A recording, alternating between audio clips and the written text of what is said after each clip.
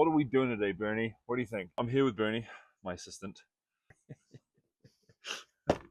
Part 5 of the Huddle story. Whilst we were playtesting, we were also doing our market research. Typically, I think you would do market research before playtesting, but since creating our first prototype wasn't that expensive and only took a few hours, we felt like we weren't going to lose that much if we just did them in parallel. What market research looked like for us, buying and playing a bunch of sports themed board games. So Blood Bowl, Stratomatic, 11 were some of the games that we really researched to see what are the parts of the game that make people really engaged and lean in, and what are the parts where they're quietly looking at their phone and checking out. Online research was also a huge component on sports themed board games, fantasy football board games.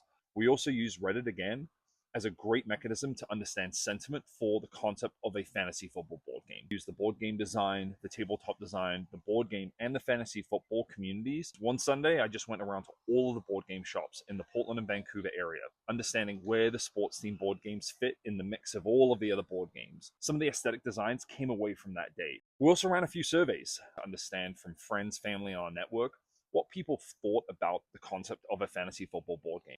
And so all of that together was really kind of the research motion that we put in place to figure out whether Huddle was going to be an idea or an actual game.